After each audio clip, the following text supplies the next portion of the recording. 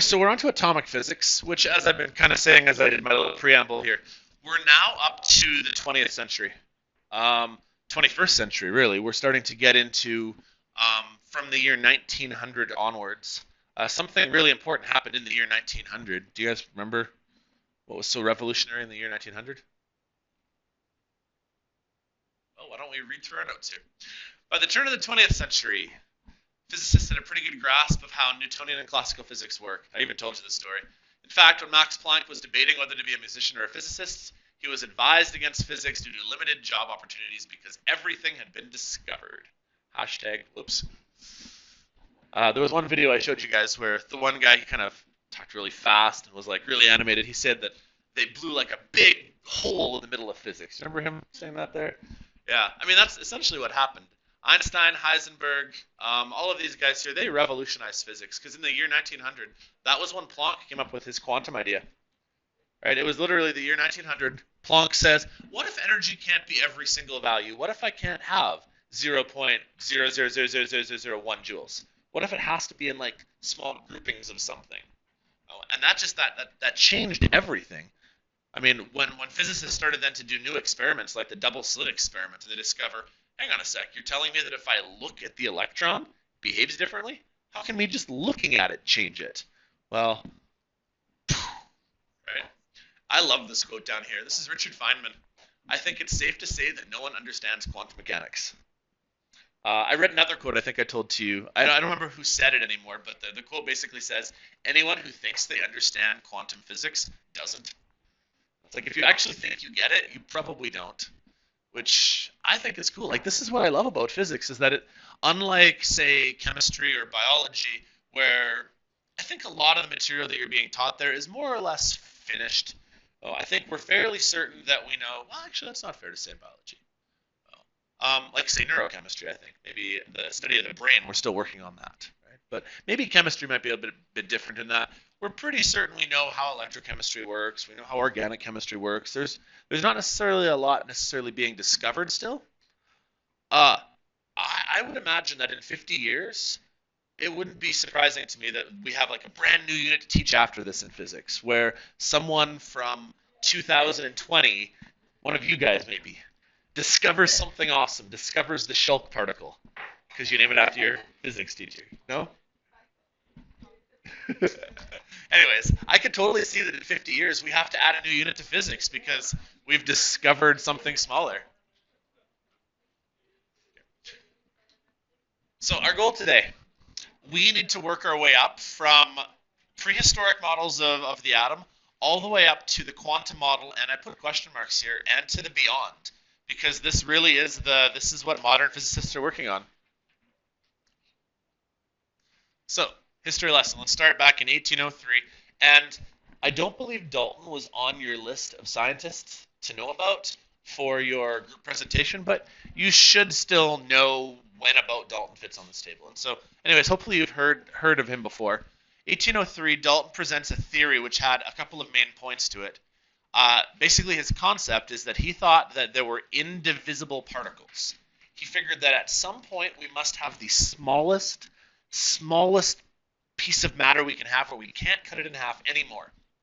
And he figured that the elements on the periodic table up there, he figured that those must be those smallest pieces. So he figured the smallest thing possible would be hydrogen. That was his thought. He knew of oxygen and nitrogen, and he figured hydrogen must be the smallest because, well, we now know that hydrogen only has one proton, right? But he was able to weigh these things and discover that hydrogen's the smallest thing out there. And atoms are basically as small as they get. And so we often call this the solid sphere model, with the idea of it being that they're like billiard balls. You cannot break them into pieces. Well, was Dalton correct? Not entirely, but I also wouldn't say that he was wrong. And I'm going to say that a lot over the next 3 days here, is that a lot of these physicists, they weren't wrong. I mean, there were bits and pieces that were incorrect. They didn't know fully what they were doing, but they didn't fully have the concept yet together. I mean, I would say that Dalton was correct in that, yeah, the smallest building blocks of chemistry are on your periodic table, but this isn't true. They aren't indivisible. You can go smaller than that. So here's where his theory kind of broke down. He wasn't able to prove that matter was made up of atoms, and he also wasn't able to prove how they bonded. Why wouldn't he be able to prove how they bonded, kids who've taken chemistry? What is a bond made up of? Yes, electrons. And since at the time, did you say it? Oh. No. Electrons, right? Bonds are made up, we know from a chemistry point of view, of shared or transferred electrons. And because Dalton had no knowledge of electrons at this point here, he wasn't able to explain how things bonded. So that's kind of where we're going to start. We're going to fast forward almost 100 years to the late 1800s, and J.J. Thomson is a scientist who did an experiment. He was experimenting with what's known as a CRT, which stands for a cathode ray, and then the T is tube. Cathode ray tube. Oops. This usually does this though, right? Come on. There we go. So what he ended up doing is he applied a voltage to what's called the cathode ray tube, and I think I'm going to skip ahead to the picture here. So here's a picture. A cathode ray tube essentially shot what was known as a cathode ray, and I'll come back to that in a second, through these parallel plates. Can you guys see how there's a negative plate right here and a positive plate right here? He shot these rays, I'm using my fingers, through these tubes. And then as it went through this tube here, a vacuum tube, he also put it through a couple of fields. Now, to get it to accelerate, see how there's a negative and a positive plate right here in the up and down direction? Well, then later on in the apparatus, he had a positive and a negative plate, but now rather than being vertical, they're horizontal. Okay. Now, what ended up happening is if he only used his electric field, which was the top and bottom plates, he discovered that these particles were actually deflecting upwards. However, he didn't just have an electric field, he also had a magnetic field. And you can see that from these X's right here. What does an X mean about a field? It's going into the page, yeah. So we had a magnetic field going into the page, which means that there would have been a south magnet and a north magnet where? Where would the north magnet have been? Oh, let's talk about it again. What does a magnetic field mean? Magnetic field is what a compass needle would do. A compass needle points towards the south because your compass needle is actually a north, and north points towards south. So if you can imagine, on the inside of the page is the south pole, and on like the outside of the page would have been like towards us, would have been a north pole. There would have been like maybe a bar magnet like running over like this. Make sense?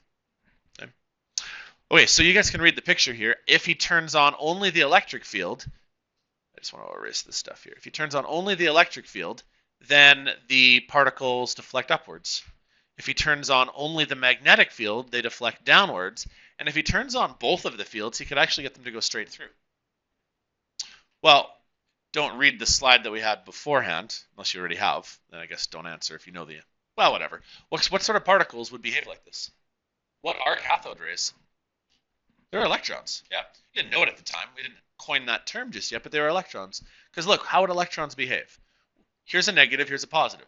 An electron would want to zip away from the negative and towards the positive. That would accelerate them, right? Then use your hand. So I'm going to point my hand into the page. If my hand gets pointed into the page, and my thumb is the direction of travel, which was to our right, my palm is the direction that the force would force them, and that would deflect them downwards, which makes sense because an electron would get deflected downwards. Okay. Not only that, but what would happen to an electron if you have a positive plate up here? Well, an electron would get drawn towards the positive plate. Okay. So I'm going to go back to my previous slide here. Cathode rays were actually electrons. He didn't know this at the time, but that's what he called them, cathode rays. I'm going to show you a video on Tuesday or Wednesday, a little snippet. And I believe that somewhere in there, someone coined the electrons corpuscles. Yeah, the craziest word ever. It sounds like a popsicle made of a corpse. Corpuscles. Yeah, it is gross. Anyways, we've now coined these terms electrons, but he had no idea what they were. But he was able to know this. He knew they were made of a negative charge. He knew that there must be a negative charge in these particles, because he was able to deflect that charge. And so he didn't know it was an electron yet, but he was able to measure the properties of these things known as the charge to mass ratio. I'd like to show you how he did that using some formulas. So let me go back here first. He was able to calculate just how fast the electron was traveling by combining these two formulas, the electric force formula and the magnetic force formula. Now, if you guys remember from a couple units back, electric force would be equivalent to your electric field divided times by charge, and your magnetic force is charge times velocity times magnetic field. You guys remember this one? Well, he did not know the charge of the electron yet because the Millikan oil drop experiment hadn't occurred. He did this before Robert Millikan figured out the charge of an electron was 1.6 times 10 to the minus 19. But he didn't need to know what this charge was because it was on both sides of the equation, so he just canceled it. So even though he didn't know what the charge of an electron was, he canceled it off, leaving him this. The electric field would have to equal the velocity of the particle times the magnetic field. And then by dividing out the magnetic field, he was able to find the velocity. And so he was able to know which velocity these things were traveling with by manipulating his electric and magnetic fields. Make sense so far? He called this the velocity selector formula. Basically, only electrons traveling this specific velocity would actually go in a straight line. Because if they were traveling too fast or too slow, they would either go up or they'd go down. But if they had just the exact right velocity to make these two things equal to each other, if they were equal to each other, it would go in a straight line. So he figured out his velocity doing this. Then, after he determined his velocity of the electron, he turned off his electric field. Well, if he turns off his electric field, I'm just going to flip back to the picture here. But if there is no electric field, well, then it meant that these guys were going to start going in the downwards direction. But they'd start going in a downwards direction to the point where they'd start going in a circle, right? Because that's what would happen. It would cause circular motion. So he put these formulas together. His magnetic field would equal his centripetal motion. Now, magnetic field, he already used this formula just a minute ago. It's QVB. The centripetal motion would be mv squared over r. Now, he was able to cancel one of these velocities right here to give you qb equals mv over r. Now, here's this problem, though. He was able to find the magnetic field strength because he made the magnetic field. He was the one who put it there. He was able to determine the velocity of the particle because he just did that on the previous slide. He knew how fast they were going. And he was also able to measure the radius. But he had an issue here. He didn't know the charge of the particle yet because Millikan hadn't done his experiment, and he didn't know how heavy they were. Now, we know how heavy electrons and protons are, but you got to think about it. You're back in 1897 or whenever Thomson was around. He doesn't have a scale that you can literally put one electron on, right? That's not going to be possible, right? So he had to find an indirect way of measuring things. So rather than trying to solve for either charge or either mass, he just decided to solve for what was known as the Gesundheit. He found the charge to mass ratio, where he found what charge and mass were related to each other, and he had two unknown variables, which just meant he needed to know the velocity, the magnetic field strength, and the radius, all of which he had. Well, he was then able to do this for all sorts of subatomic particles. He was doing it for electrons and protons and alpha particles. Essentially, any small particle that he couldn't weigh or couldn't find the charge of, he could then find the charge to mass ratio at least.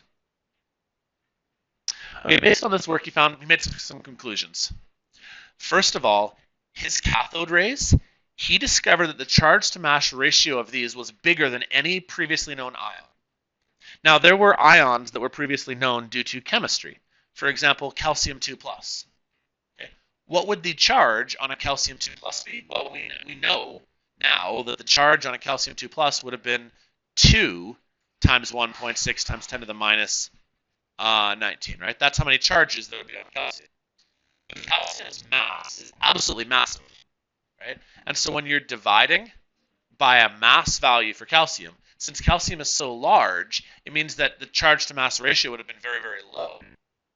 However, for his electron, which he named the corpuscle, craziest name ever, because the mass of the electron is so low, this actually had the highest charge to mass ratio of anything ever discovered. Do you guys get where I'm going here? Hydrogen would have a charge of 1. Relatively. So up to this point here, hydrogen ions would have had the highest charge to mass ratio of anything they ever found. Except now an electron was even higher, because the charge on the electron is the exact same as the charge on hydrogen, 1. but it has such a smaller mass that he must have concluded that they must be extremely tiny. So compared to atoms, which was Dalton's concept, Dalton thought that atoms were as small as you can go. Thomson must have concluded that there's got to be something smaller then. He doesn't know what they are yet. He calls them corpuscles. Popsicles made of corpses. It's disgusting. Okay, so he has this theory. He thinks that atoms are made up of electrons. He eventually realized, though, that this was incorrect. Because atoms can't just be made of negative stuff. Right? If all of our atoms on the periodic table were just made of negative stuff, then they would be negative. But he knows that's not true because they knew at the time that there were atoms and they knew that there were ions. I use this terminology a lot in chemistry. You guys remember the difference between an atom and an ion?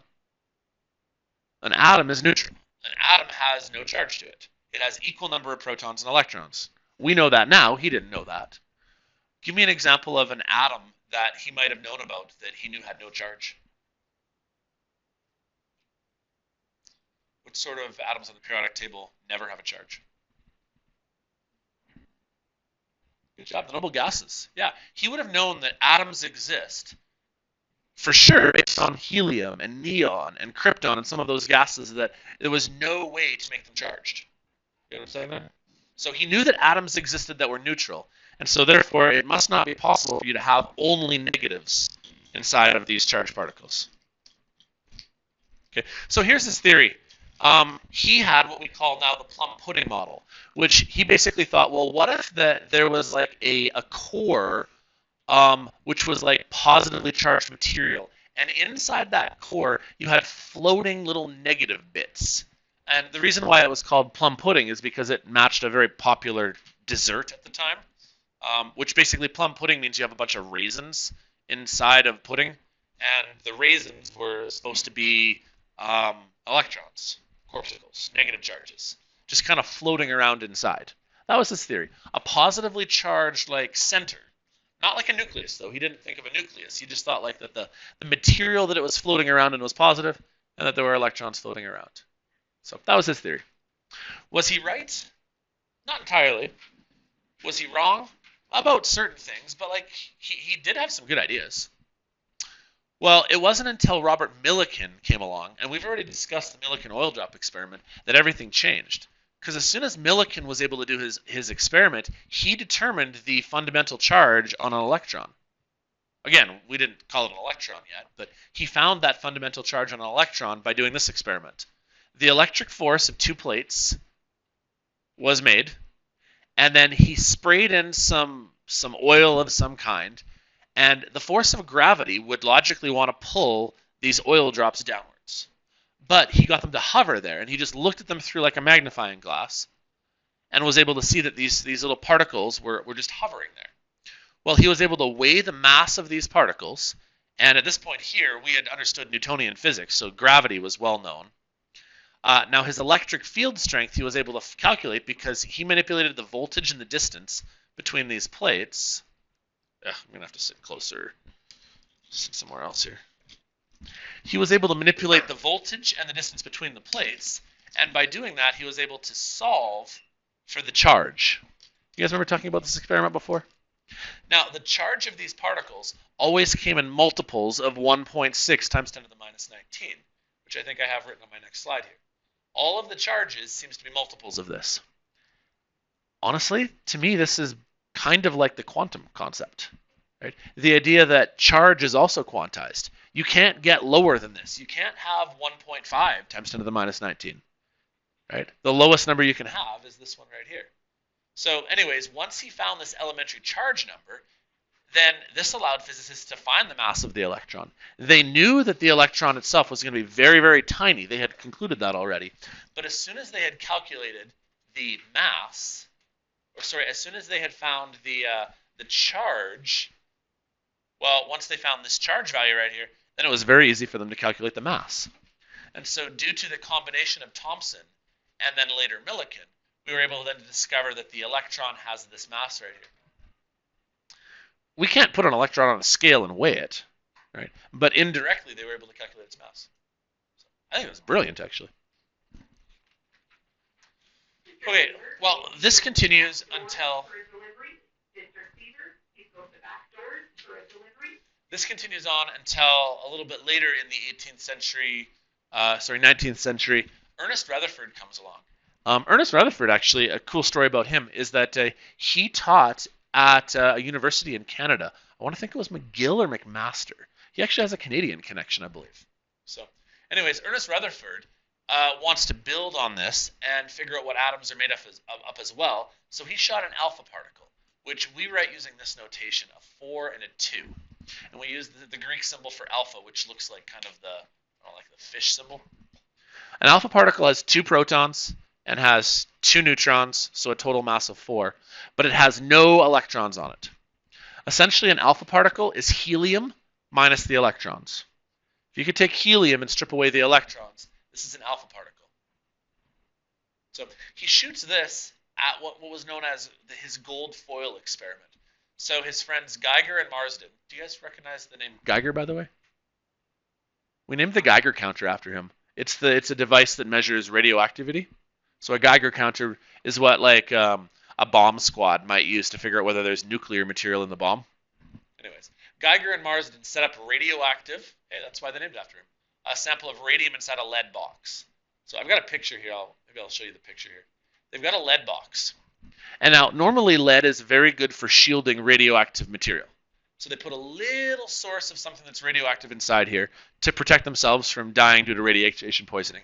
They put just a little hole in the box right here so that as radioactive decay occurs, when alpha particles are getting shot, a lot of the alpha particles will just decay and randomly shoot around the box, but they could shoot out in a nice straight line.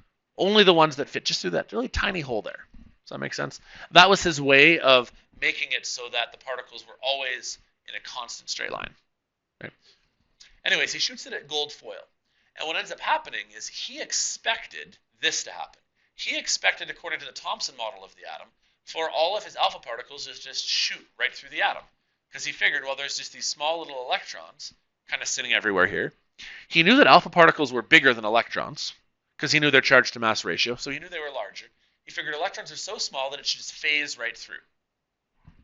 Seems logical. Here's what happens. What ended up happening is that, yes, some of the alpha particles went through the gold foil, but some of them deflected off to the sides. So rather than just phasing right through in a straight line, some of them hit and bounced with an angle. And this was even stranger. Some alpha particles ended up deflecting backwards. Some of them hit the gold foil and bounced back at you. And I love this quote here. This is what Rutherford described in his paper. It was almost as incredible as if you fired a 12-inch shell at a piece of tissue paper and it came back and hit you. It's kind of relating it to like a wartime example. Imagine that an artillery shot a 15-inch shell, so like a big, large bullet, right? Which you'd normally use to break up some sort of bunker in war times, and you shoot that at a piece of like Kleenex. You'd expect it to absolutely destroy the Kleenex, and instead, it bounced right back at you. It made no sense at the time based on what they knew. So Rutherford comes up with, here's another picture by the way. He shoots his radioactive material at the gold foil. He expects everything to go through, straight through. It should phase through. Alpha particles are bigger than electrons. These electrons are so small they shouldn't make a difference. And instead, some of these things bounce off to the side, and some of them bounce right back at you. So this is his theory then. He figured that maybe there was a nucleus. Rather than the positive stuff being like the pudding, and the positive just being like this fluid that just all collectively has a positive charge, what if all of the positive was densely collected right in the very, very middle? And again, he wasn't fully correct on this, but this was groundbreaking because it helped explain his concept. If the particles happen to hit the matter and just hit it just right on the edge of the nucleus, then that would explain why they might deflect a little bit. If the alpha particles went right through and didn't hit a nucleus, well, that would explain why they phased right through. But if it hit like almost dead on, if it hit the nucleus almost dead on, there would have been a collision, and that could explain why it would bounce backwards. Because we now know what gold looks like. How many protons are in gold? Gold's on the periodic table over there. It's number 79. There would have been 79 protons, all densely collected right here in the middle. and then you shoot an alpha particle at it. Well, an alpha particle has 2 protons. Well, now this makes more sense. If you shoot 2 protons at 79 protons, which one's going to win that fight? Well, the 79, which totally makes sense as to why the alpha particle bounced right back at him, right? But at the time, they didn't realize this. They just thought that all of the positive charge was just wherever it happened to be. But if he takes all of this positive right here and condenses it down to just a small little nucleus, that would explain why this occurred, which, to the best of our understanding, is what actually happens. So here's his conclusions. I'll just read off my slides. Rutherford concluded that there was a concentration of positive charge at the center of the atom surrounding orbiting electrons. He thought that the electrons just kind of orbited around. I think his inspiration would have been people like Kepler, Galileo, the idea being that they orbit kind of like the planets do around the sun. That was his theory, is that maybe this is like the sun and the electrons orbit around in circular motion. No? I mean, they knew that our universe worked that way at the time. So between the positive charge in the center and the electrons would have been a zone of empty space. Literally, there would be nothing there. Now, a lot of kids, when I talk with them about this in chemistry, they like to think, well, there should be air in this spot right here, and right here, and right here. But that's not really true, because isn't air made up of oxygen and nitrogen? And oxygen and nitrogen are made up of protons and neutrons, and we're talking about the space between the protons, neutrons, and electrons. So literally there is nothing in this spot here, which is what we believe to be correct. There's a vacuum there. So that explains why the particles go straight through. Concentrated charge in the middle explains the deflection. So we call this the planetary model. Okay. However, Rutherford even knew this at the time. They knew there was a huge flaw to this, and here's the reason why. If electrons are moving in a circular motion, they would have centripetal acceleration. If these things are going around in circles, they should have a centripetal acceleration. Here's the problem. James Maxwell had already confirmed that an accelerating charge produces EMR. Because we just learned that in our last unit, right? What makes EMR? Accelerating charges. Now, you can accelerate a charge by just sending it in a straight line, or you can accelerate a charge by putting it in a circle. It's still accelerating if it's going in a circle, which would mean that any accelerating charge should release EMR. Well, if you release EMR, you're releasing energy, which means that these electrons here should be slowly but surely losing energy. And if they lose energy, the logic would be they should spiral into the nucleus, like this picture right here. So if you have a proton in the middle, and you have these electrons going around it in a circle, as it accelerates in circular motion, according to Maxwell's theories, it would lose EMR as it goes around in the circle. If it loses any sort of energy due to EMR, it's going to cause its velocity to drop. If its velocity is going to drop, it's slowly but surely going to spiral and crash into the middle. Now, this actually makes sense, though. Don't electrons and protons, aren't they opposite charges? Shouldn't electrons want to come close to the protons? But they don't, because otherwise all matter would collapse on itself, right? And if there were no electrons out there free to form bonds, then all matter would basically just clump back into particles, kind of like Dalton's original model, where rather than having protons and electrons separate, they would just all get squished together as one big billiard ball. You get what I'm saying there? So it's actually at this point here that I kind of want to stop. We've now gotten to the spot in our textbook where we talked about the discovery of the electron. Who discovered the electron? Go. Who discovered the electron? He didn't call it an electron, but Thomson did, yeah. And then the quantization of charge. Who do we attribute to that? Millikan. Millikan discovered that charge really has to be in groupings of something. The nucleus, then, would have been discovered by Rutherford. Okay, this is where I want to stop today just so we don't do too much at one time. Tomorrow, then, we're going to talk about how Bohr was able to reconcile this problem, because they knew the theory was flawed, but it was the best they had at the time, right? And I think even today, with our current quantum models of the atom, we know they're flawed. We know we can't fully explain them, but it's as much knowledge as we currently possess, and so it's what we teach. So tomorrow we'll talk about Bohr's contribution, and then Wednesday we'll talk about the quantum model, the newest ideas.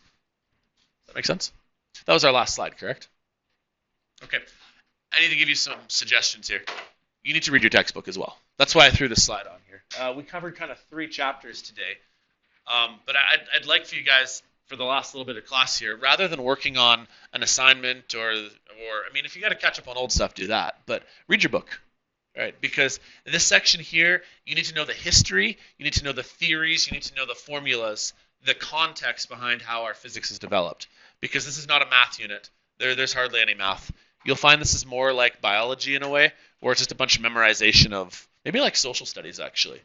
We have to memorize in 1802, this is what happened. In 1957, this is what happened. So, do you guys do that in social studies? You have to memorize dates and places? Not really? Okay. So, okay, why don't I call it quits there? We'll pick it up tomorrow. Does that work? Okay.